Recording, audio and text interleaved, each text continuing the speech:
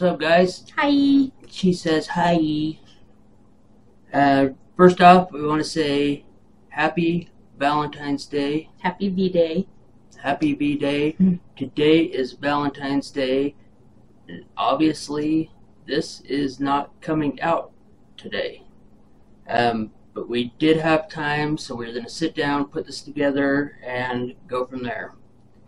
So recently, we had somebody get a hold of us anonymously. Is that right? Anonymously. What she said. Talking about skinwalkers in their area. We haven't dealt a whole lot with skinwalkers, so we are diving right into this. If you guys can help us get to 1,000, we will go live when we go take care of these skinwalkers. Obviously, we're not going to be getting rid of them. But I have been reaching out everywhere for help on this. Trying to get some information on them. And the Native American people, your Navajo, nobody wants to talk about it. And I don't blame them. Not one bit. Yeah. A lot of them won't even say the word skinwalker. So we're looking at probably, what did we decide, middle of May? Yeah, around there. Middle of May. We're going to be going down to Gunnison, Utah, and we are going to go see what we can find with these skinwalkers. Recently, they contacted us and said that not only is there one skinwalker, but there are 3, which we'll take. So we wanted to go over some of the stuff that we've learned, and if any of you have other information, email us, let us know. Yeah. The more help, the merrier. The more we know, the better. The more information, the better. What she said again. But we're going to go over these facts. Some of the stuff we've looked up, and it's all over the place. Honestly, I think we're going to get our best help from the Native American people. They know best. And I will be honest, I don't know a whole lot about it. So, skinwalkers are fearsome creatures deeply rooted in the Native American folklore. These shape-shifting beings are said to possess the ability to transform into different animals and bring both fascination and some to those that hear the stories. In this article, we'll explore 16 captivating facts about skinwalkers, legends, abilities, and mysteries that surround them. So we'll go through these. And like I said, this article that I found kind of takes everything that I have found over the past, month? Yeah, easy. And puts it all into one. So that's why I'm reading this to you guys. A lot of you guys already know what a skinwalker is, but a lot of people don't really understand what they do. I mean, there's a lot of myths out there about they can do this, they can do this, they can do this. Like I said, I don't know 100%. She doesn't know 100%. We're going into this with an open mind, taking all the help we can take. But shape-shifting abilities. One of the most intriguing aspects of skinwalkers is their alleged ability to shapeshift into different animals. According to legends, they can assume the form of creatures such as coyotes, wolves, and bears, and or owls. These power... I can't even talk power tonight. grants. The unparalleled stealth and ability to move unnoticed among their surroundings. So, what that's saying is a skinwalker can take on the form of a coyote. It can take on the form of a wolf, obviously a bear, and an owl. When it takes on those forms, it takes on the powers, the skills that that animal has. We're talking speed, power, all of that kind of stuff. That's all that's saying. So witchcraft and taboo practices. In the Navajo culture, becoming a skinwalker is considered taboo. It is also believed that these individuals have resorted to practicing witchcraft and dark rituals, including acts of grave desecration and consuming human flesh. Such practices are said to grant them the ability to transform into animals. So in order to become a skinwalker, it is said that they need to go out, desecrate a grave, dig up the grave, whatever have you, and eat the flesh of a human. A lot of people, so they have the Wendigos. Mm-hmm. The Wendigos are pretty much the same thing. Everybody gets the skinwalkers and Wendigos mixed up. That's what I found out. And once you read about both of them, they're clear as left and right. It's different, yeah. 100% different. But a lot of the skinwalkers are also known as different things in different tribes. So, and we're kind of sticking with the Navajo outlooks on this because we have a lot more Navajo in our area than we do anything else. We also have Utes too. A lot of Utes. Yeah. What else do we have? I don't even know for sure. I can't either. I can't remember. Just the area alone. Well, we'll go over that in a minute. Skinwalkers are often associated with maleficent intentions, seeking to cause harm, spread fear, and sow chaos among humans and animals alike. They are believed to be driven by envy, rage, or other negative emotions, using their powers to effect harm upon others. We'll go into the next one, which is shape-shifting techniques. The knowledge of shape-shifting techniques is said to be passed down through generations within skinwalker clans or covens. It is believed that these secrets are guarded closely and shared only among those initiated in the dark arts.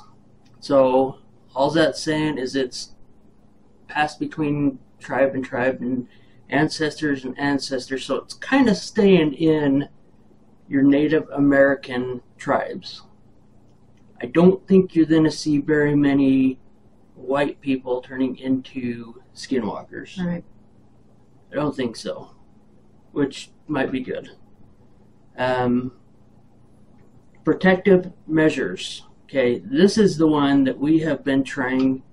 We have been going as far as we can on the protection, because obviously we want to be protected. You want to be protected? Sure. Yes. She does.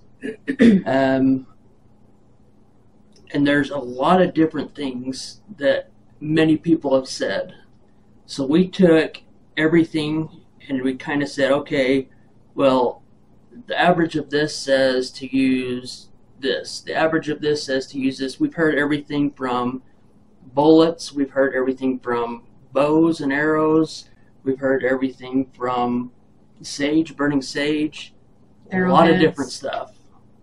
Obviously, there's different ways to kill them. We're not going to try to kill them because that's a whole it's almost impossible to kill them. Yeah. You do have to catch them, say their name, and then they'll slowly wither away. But let's go on with what we found. So Navajo tradition offers various protective measures against skinwalkers. These include using white ash, creating and protecting protection bundles, holy crap, or amulets, and uttering prayers or chants to safeguard against their malevolent powers. So, we'll get to that at the end too. Okay.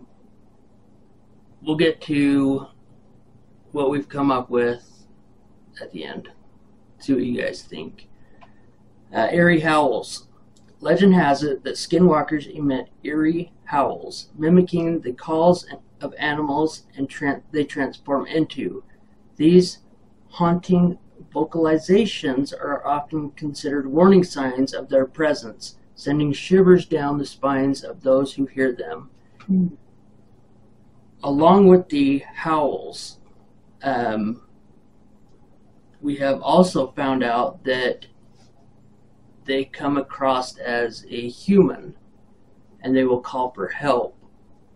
They will try to get you to go to them. Try to lure you in.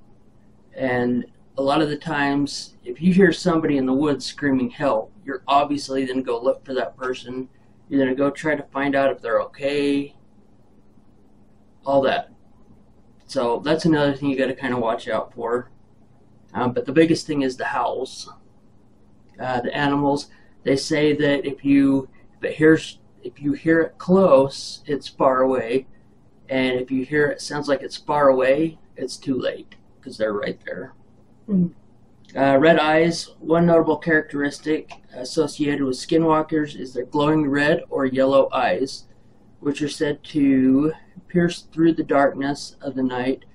Witnesses supposed skinwalker encounters often report unnerving gaze of the myth beings. So again, going back to our anonymous report on this, they've seen the yellow eyes. They go out to this spot, they sound their horn, and they get chased. Mm-hmm. They've said that the skinwalkers will keep up with their vehicle to kind of show you how fast they are, and that they have very noticeable yellow eyes. Almost said orange. Mm-hmm. Yellow eyes. So that kind of goes to show you. I asked them, what form are they showing themselves in? Are they fully transformed into a coyote, a wolf, whatever, or are they still in human form? And they said that it's kind of in between. Looks like a man with coyote features. Let's see here. Animal communication. Skinwalkers are said to possess a deep connection with animals, enabling them to communicate with them in ways that go beyond conventional human understanding. This connection allows them to gather information, seek companionship, and potentially control and manipulate certain creatures. So with that, it's saying they can act as a warning. So say we show up there in the area and you have a bird tweeting away. It could be giving a warning to any skinwalkers in the area saying, hey, warning, there's people here, and it's either going to come to you or it's going to take off. So that's kind of what we have to watch out for. Nighttime activities. Skinwalkers are often associated with nighttime activities, as darkness provides them with the perfect cover of their supernatural deeds. Many Navajo people avoid traveling at night and venture into the areas where skinwalker encounters are rumored to occur. Vulnerability to bullets. Now this is where we'll kind of break off because I wanted to hit this point to kind of cover everything right there. According to Navajo tradition, skinwalkers can be vulnerable to certain protective measures. Some believe that bullets dipped in white ash or blessed by spiritual leaders have the power to injure or repel these supernatural beings. Injure or repel. Or not, it's not going to kill them. So what we have done is we have made white ash. And we got these bottles from our local craft store, I guess you could say. So there's the bottles. There you see a arrowhead. You see the Dreamcatcher and the feathers, and they're all kind of wrapped on there. Inside, right there, that is white ash. And it took a while to get the white ash. It was quite the process. So we are making a lot of white ash. White ash is used in a whole bunch of different tribes, not just Native American tribes, but we are talking different tribes from Africa, around the world. White ash is used. A lot of the times they'll put it in their bath, they'll take a bath with it. They'll take a cold shower or in the river. Mm-hmm. So they'll wash themselves off with cold water. After they're done, they'll air dry. Once they get to a certain point, they take white ash and they cover themselves with it because it cleans. Now, from what I've learned about white ash, the reason why it is so good to have is it's been purified by fire. It's been burnt to that perfect whiteness. So that's kind of what I've learned from it. So we will be taking our knives. So we've got 2 very old knives. One is one that my dad gave me. It came from my great-grandpa to my grandpa to my dad and then to me. So that is a very old knife. We will be putting white ash on these and probably even just letting the white ash sit on them. We are going to be taking white ash and a lot of white ash with this. And then this is the other one. So these 2 knives will be going with us. They're going to have a lot of time in the white ash, so we're good at that point.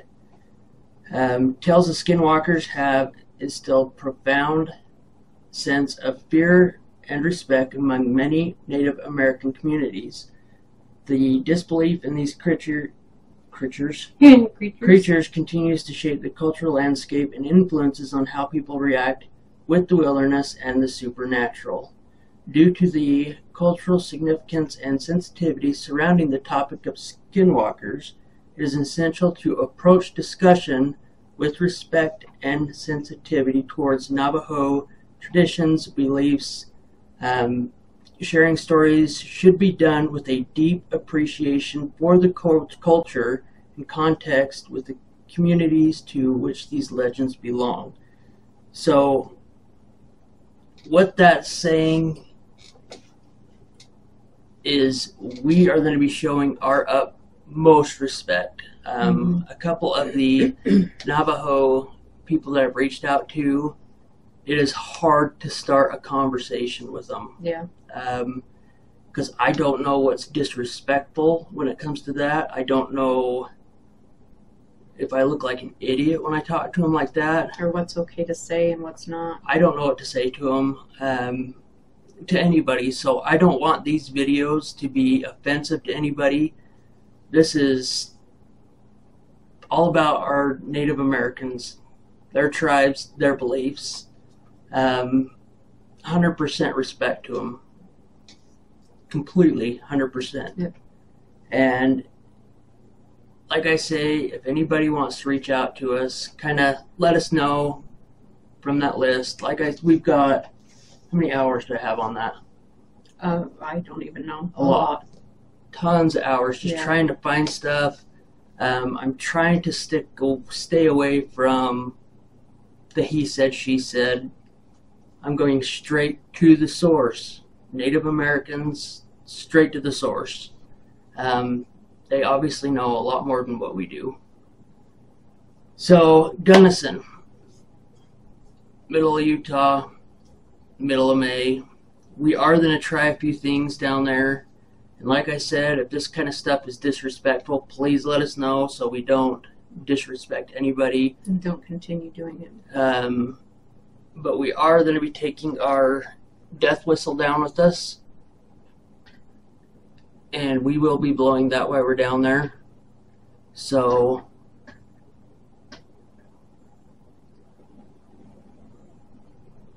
I don't know what that was. there's something scratching at the door. That probably goes with what we're talking about. Couple really weird things that have happened since we've been going through this stuff. Me and her have been talking a lot on the phone while I'm at work, whatever, about this subject. twice now, our calls, right in the middle of the conversation, our calls have dropped. And like, our phones do weird things. There was once we were talking about it, and our call automatically dropped. Like and dead then silent. all of a sudden on my end, it says, I'm sorry that this person cannot be contacted at this time. Like right in the middle of the conversation. Yeah. So a lot of weird things. We are being very careful about it. We've had a lot of people tell us to be careful about it. Don't play with it. We are not playing with it. No way. We are taking this very serious, and we want everybody to know that we are taking this very, very serious. So we don't need emails of people saying, be careful, trying to talk us out of it, because we will be doing it. We want to educate you guys as we are being educated. This is going to be a once thing, no more. After we're done with this one, we're done. We don't want to sit and play with it, but we do want to have at least one Skinwalker under our belt. Yeah, Almost under our video. Experience at least one. We're also going to be doing a Bigfoot, a UFO, random Nautica, all that stuff. We're going to be testing it all out. Kind of taking a break from the paranormal stuff. We've had a lot of stuff happening in this house lately. We just got a dummy that was sent to us, and I came home for lunch today, and she was not where we put her. Her arms are wide open now, and she is just slouched. It looks like she's kind of stretching. Barely on the edge. And the funny thing is she's not a haunted item. Like, she is literally not a haunted item. We got her, and we were going to resell her because we got her for a killer price. Now I think I know why. But there's a lot of weird stuff. Like, I mean, the scratching at the door we just heard. Like, that's weird. Yeah. Very weird. Her slouching, the glue gun plugged in. Yeah, that was weird. She came home from work and messaged me and said, "Did you use the glue gun?" I said, "Nope. It was plugged in." Yeah. So, very weird stuff. We're actually going to do a video on her very soon, probably after this video. Very scary, though. She's been moving by herself, and I don't know. She's kind of creepy looking. She's very cool. You make her mouth open and close. So, we got her. We got a couple other dummies behind us. We got these two back here hanging up. I know you can't really see them very good. We are going to be having a video coming up. Our top 10 most haunted items.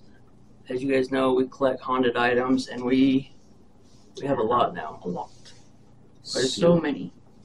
So, if you guys know anything about Skinwalkers, please email us. Here's our email right here, this little area somewhere. Email us. Like I said, just serious emails. Questions, only. Concerns, information. We don't need to be tried to talk out of this. It's something that we want to be educated on. It's a little bit out of my field. Way out of my field. And it's something that I want to learn about. I kind of don't want to experience. Yeah. But sometimes it has to be done. Yeah. So if you do have the information, please get a hold of us. If you know anybody that's pro in this Skinwalker stuff, or that can pass on information, we'll work out a phone call, whatever we need to do. We just want to make sure that we are safe and that we are helping keep you guys safe, our viewers. And not disrespecting anything or anyone. And that's our biggest thing. It even goes to paranormal. We don't want to disrespect any of the afterlife. Mm-mm. No disrespect. None. Everybody that does paranormal investigations, you know where I'm coming from. We go about this stuff with the most respect. We're trying to learn. So that's what we're going to be doing, and we hope you guys tune in on it. If we hit 1,000 subscribers, we are going to be going live while we are down in Gunnison, and it will be cool. Get up the subs. Help us get the subs up. That's the only reason we want subs up, so we can start going live. We want to start doing live investigations with you guys. Recording this pre-recording stuff, it takes a lot, so we're trying to get away from it. Plus, it's funner to do it live. It is funner to do it live, because then you guys can ask questions, and you can say, hey, there's something behind you. Yeah, see things that we may not see or hear. So, watch out for the next video with the dummy girl. Dummy girl. Dummy girl. The dummy. I'm not calling girls dummy. No. So we'll catch you guys on the next one. Bye. She says bye. And happy Valentine's Day. Happy V-Day. We love every one of you. Bye. Take care.